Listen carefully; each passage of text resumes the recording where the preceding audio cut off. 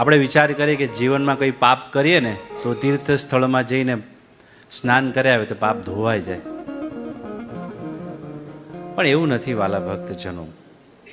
તીર્થ સ્થળમાં એ જ પાપ ધોવાય છે કે જે અજાણાથી તમારાથી થયા હોય ને એ જ પાપ ધોવાય છે.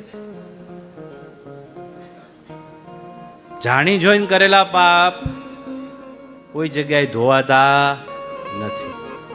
હા, નહીં તો ભગવાન એવી સિસ્ટમ રાખે તો પાપ કરીને ધોઈ આવો, હરિદ્વાર જઈને નાઈ આવો. આપણે પાપ ધોઈ આવે તો પછી તીર્થ એ બધા પાપનું કરે શું?